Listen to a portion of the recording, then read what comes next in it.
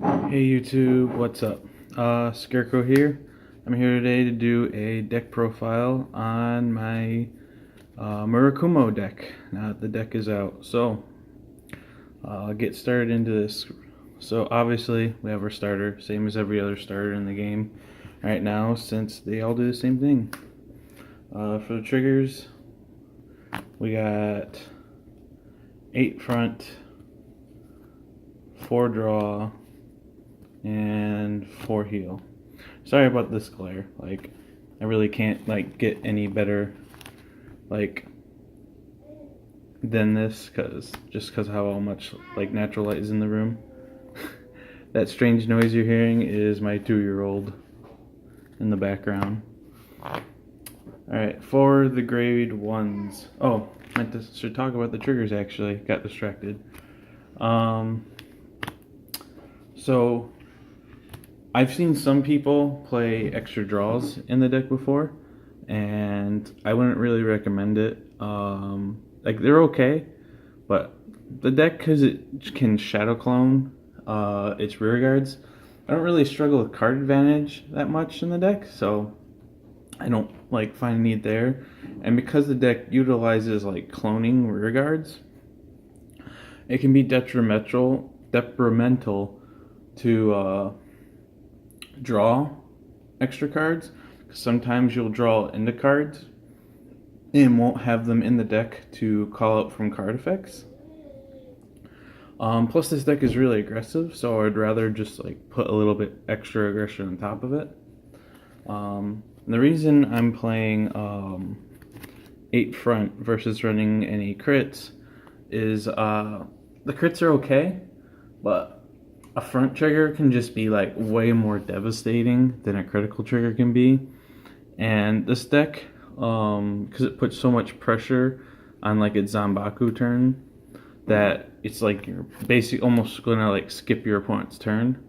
I feel like getting a front trigger puts on so much more pressure than the crit does, just because they're gonna have to deal with that wave of rearguard attacks, and then they're gonna have their turn, not get any cards in hand, and it's back to your turn, and they should already be in really bad shape, whether you hit a front trigger on your last turn or not.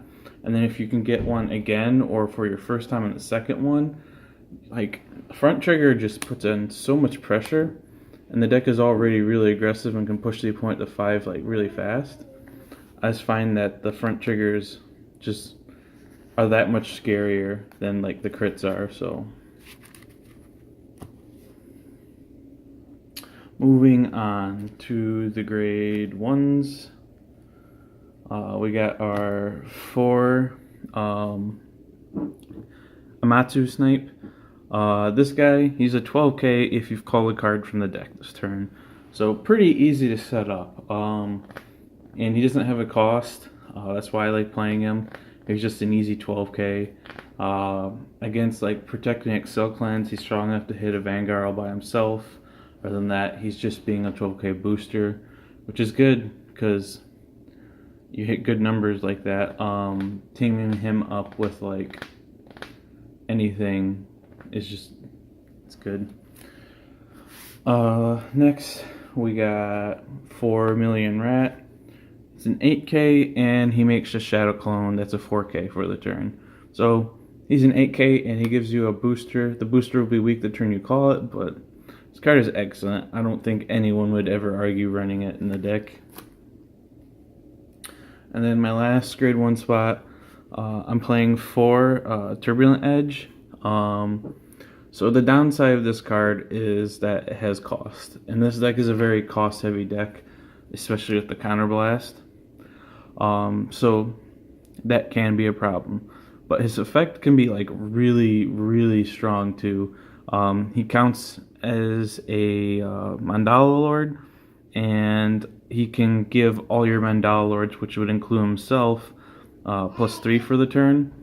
So if you rush your opponent into a corner and you're on Mandala Lord and stuff, you can use this guy and put out a bunch of buffs out into your field, and it can be helpful against just force decks in general, just to hit magic numbers against them and make them guard more. So the alternative to him is the other grade 1, who when he boosts, you can give 2 cards with the same name as the card it boosted +3. That card is not bad. The downsides of it are it's a 7K, and the plus side is that there's no cost to it. However, I haven't really felt that the effect was like that helpful most of the time. So I found this one preferable to me, because this one, if nothing else, I can put it on an Excel circle and it'll be an 18 to hit at Force Glands.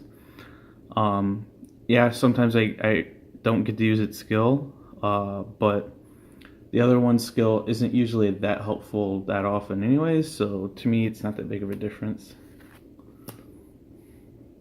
For the grade 2s, we got our 4 right arrestor, and we obviously have our 4 left arrestor. Left is helpful in the sense that he can buff himself and be a 14k attack for a Soul Blast, which Soul Blasting isn't really that bad of a cost in this deck. And then right arrestor is our card who locks down the Vanguard. These cards are just staples in the deck. They're just too good not to play. They're part of how the deck functions. And then for our last grade 2 spot, I'm running 3 Fushimi.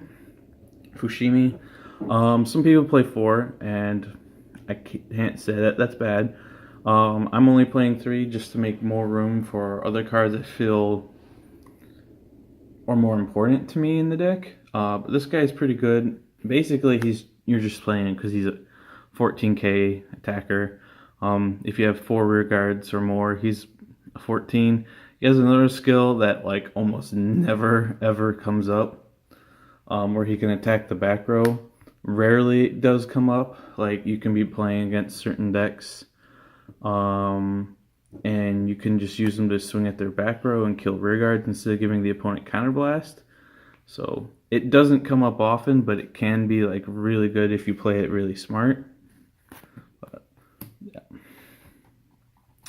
And finally, onto the grade 3s. We got our 4 Zanbaku. This card's good. It's a pretty good card. The ability to call out resters, get a buff, the opponent can't ride. Against like OTT, you're not going to want to go for the full lockdown where you use him and ride arrestor a lot. Just using him to call an arrestor and keep them from rewriting is good enough. Against like Kagero, OTT, that's a really good thing. Like those decks usually can't really, especially Kagero, can't really function unless they're rewriting. OTT can get by if they can ride CEO first. At least that way they're doing something and they can play real smart and deny you a counter blast and to get in plays and stuff. But he's a good card overall, very good. Then we got our 4 Mandala Lord. This card, I kind of like didn't give this card enough credit at first. I really didn't think it was that good, but I actually like him more than when I started after messing around with the deck more. I don't I don't think I've ever actually used his second skill except like maybe one time, but his first skill when you ride him, the ability to like clone himself and another card just to put cards in the field, is pretty good. Like if you can't ride Zanbaku, this is a pretty good first ride just to get some cards out and put some aggression on the opponent. Then you can later on ride Zanbaku to the lockdown, or you can do it reverse, ride Zanbaku first, put them into a corner by doing a lockdown on them, then ride into Mandala Lord to put in more aggression and finish them off. And I played 4 just for the sake of consistency, being able to have enough targets to clone. And for the last spot of the deck, I'm playing 2 Musashi. Some people like to max this card out and stuff, and it's a pretty good card. It's a 17k attacker if you have more rear guards. and has like a guard restricting ability, kind of like Dimariner. But I'm only playing the 2 of it because you don't really want to ride this card. And while it is a good rear guard, it's not like super duper amazing, etc. It's pretty good, just not like crazy good. So 2 of it's good enough for me. I'd rather have the other ratios in the deck I have right now just to make it more consistent. Like this card isn't like a groundbreaking card like Deer is, so don't feel like breaking my consistency to run more of it. But yeah, that's the deck. Thank you for watching.